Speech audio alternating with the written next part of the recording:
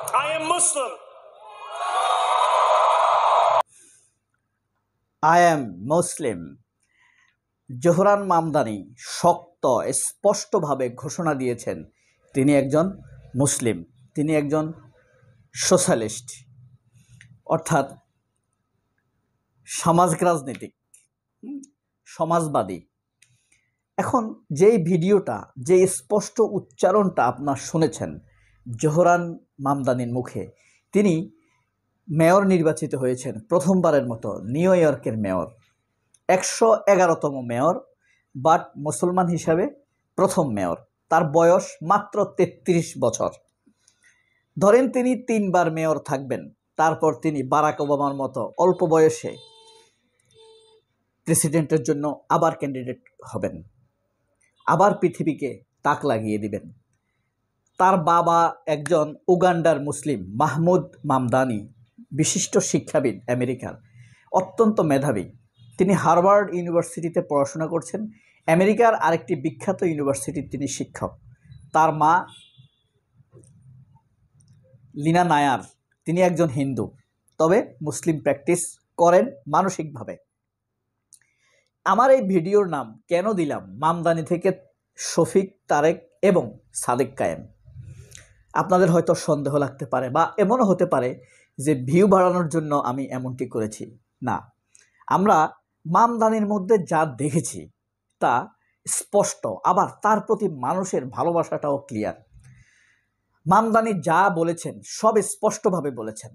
আপনি জানেন মামদানি বলেছে নিউ ইয়র্ক শহরে যদি ইসরায়েলের প্রেসিডেন্ট বা প্রধানমন্ত্রী নেতানিয়াহু আসে, আমি তাকে অ্যারেস্ট করব। আপনি এত বড় কথা নিউ ইয়র্ক শহরে দাঁড়িয়ে আপনি কত স্পষ্ট উচ্চারণ, তার মনের কথাটা সে বলতে পারছে, যেই নিউ ইয়র্ক শহরের সবগুলো পত্রিকা ইহুদিদের, সবগুলো টেলিভিশন চ্যানেল ইহুদিদের, ইসরায়েলপন্থীদের।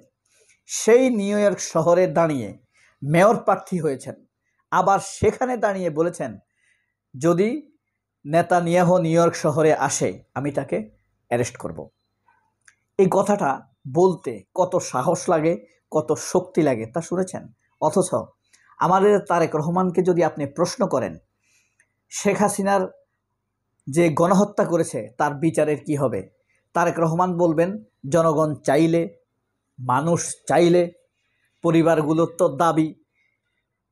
20 মিনিট সময় কাটাবেন এটার আনসার দেওয়ার জন্য। আপনি যদি ডাক্তার শফিকুর রহমানকে প্রশ্ন করেন, তিনি আল্লাহ না করুক বলে দেয় কিনা আমরা ক্ষমা করে দিয়েছি, হয়তো এটা বলবেন না। তিনি বলবেন আইন আইনের গতিতে চলবে। এত স্পষ্ট করে বলতে পারবে কিনা আমার সন্দেহ রয়েছে। তবে সাদেক কায়েমদের স্পষ্টবাদিতার প্রমাণ দিয়েছে। আবার এই যে জোহরান মামদানিকে যেভাবে মানুষ রিটার্ন করেছে, ভালোবাসা দেখিয়েছে, সাদেক কায়েমদেরকেও ভালোবাসা দেখিয়েছে। কেন? কারণ হলো সাদেক কায়েমরা স্পষ্ট উচ্চারণ করতে পেরেছে ছাত্রদের কি প্রয়োজন, মনে কি চায় সেটা ধরতে পেরেছে। আচ্ছা, বিশ্বাস করে বলেন তো, আপনি হয়তো বলবেন কৌশল, হ্যাকমত, এক একজনে এক এক ভাষায় বলবেন। আমরা কি চাই, আমাদের মনের ভাষা এখন পর্যন্ত কি? মির্জা ফখরুল তো বলেই নাই ওটা ডুপ্লিকেট, ওটা বাতিল মাল, ও ওর এলাকায় ফেল করবে। আমার এই কমিটমেন্ট আপনি খেয়াল রাখেন, মির্জা ফখরুল এবার ফেল করবে, তো সে তো রিজেক্ট। তারেক রহমান কি স্পষ্ট বলতে পেরেছে, বুঝতে পেরেছে আমরা কি চাই? স্পষ্ট উচ্চারণ হতে হবে। সীমান্তে একটি হত্যাও হবে না, একটি গুলিও চলবে না। ভারতের কোনো ডিকটেশন বাংলাদেশে চলবে না। মালদ্বীপের নেতা প্রেসিডেন্ট মইজু, 46-47 বছর বয়স, সে স্পষ্টভাবে উচ্চারণ করতে পেরেছে ইন্ডিয়া আউট, অথচ তার দেশে তখনও ইন্ডিয়ান আর্মি ছিল। এ কথা বলার সাহস লাগে। তারেকেরা এটা পারে নাই, সাদেক কায়েমরা এটা পারবে, মির্জা গালিবেরা এটা পারবে। খুব আশা রেখেছিলাম হয়তোবা আবিদেরা পারবে, কিন্তু আবিদরা তাদের শিক্ষাগুরুদের কাছ থেকে ডাস্টবিনের শিক্ষা পেয়ে চাপা ব্যতীত আর কিছুই শিখে নাই। আমরা জোহরান বা মামদানির আরো দুই একটা কথা শুনি, চলুন, ভালো লাগবে। Donald Trump, since I know you're watching, I have 4 words for you. Turn the volume up.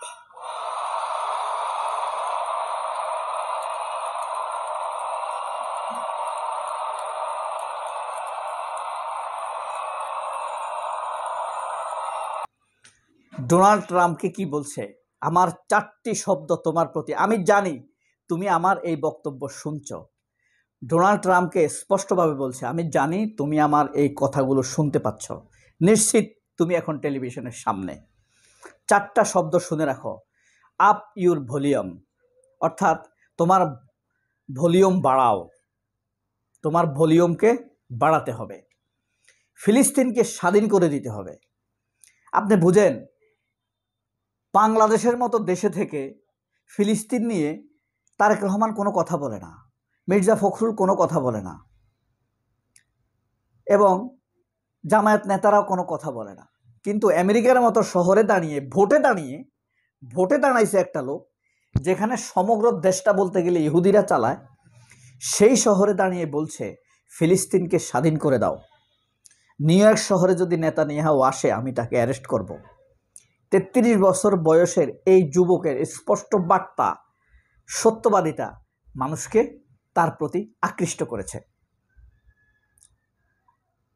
তার নাম জোহরান হুকুমা মামদানি। তার এটা মাঝখানের নাম। এই নামটি হলো গায়নার প্রথম প্রেসিডেন্ট। হ্যাঁ, নক্রুমা। গায়নার প্রেসিডেন্টের একটা শিক্ষা ছিল, এই কারণে তার বাবা তার নামের মাঝখানে এই নামটি যুক্ত করেছেন। তার বাবা তাকে বুঝিয়ে দিয়েছেন কেন গায়নার প্রেসিডেন্টের নামটি তার নামের সাথে যুক্ত করা হয়েছে। ওই গায়নার প্রথম প্রেসিডেন্টের একটা শিক্ষা ছিল, নিজের জন্য কখনো লড়াই করো না। ঈশ্বর তোমার নিয়তি ঠিক করে রেখেছে, আল্লাহ তোমার নিয়তি ঠিক। মুসলমান বাবা, লড়াই করবা অনেক মানুষের জন্য, যাতে মানুষের জন্য কিছু করতে পারো। নিজের জন্য লড়াই করে ক্লান্ত হওয়া আর সময় অপচয় করার মতো মানবিকতার এত অপমান আর নাই।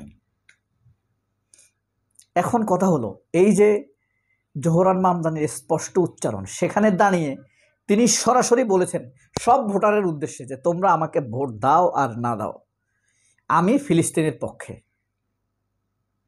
ফিলিস্তিনের স্বাধীনতা চাই। আপনি বুঝছেন ডোনাল্ড ট্রাম্প কি বলছে জানেন? বলছে তোমার নিউ ইয়র্ক শহরের খরচ বন্ধ করে দিব, টাকা বন্ধ করে দিব। আমাদের দেশে হইলে কি কইতো, সরকার তো টাকা বন্ধ করে দিবে, তাহলে এই শহর চলবে কিভাবে? তাকে ভোট দিয়ে লাভ নাই। আমাদের দেশের মানুষ আর ভোট দিত না, কিন্তু নিউ ইয়র্কের শহর আরো বেশি করে তাকে ভোট দিছে, ট্রাম্পের বিরুদ্ধে গেছে। বুঝতে পারছেন? এটা হলো সত্যের অবস্থান।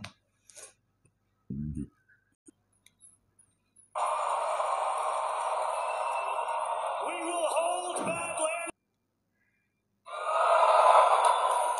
Thank you.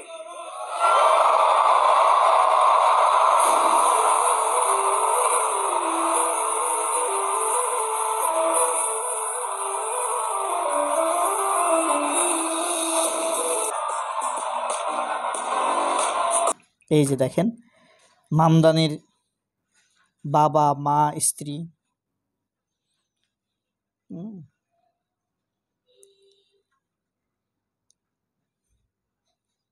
মুসলিম হলে সামান্য হলেও তাদের মধ্যে থাকে। দেখেন, তার স্ত্রীকে না ধরে সে তার মাকেই ধরেছে।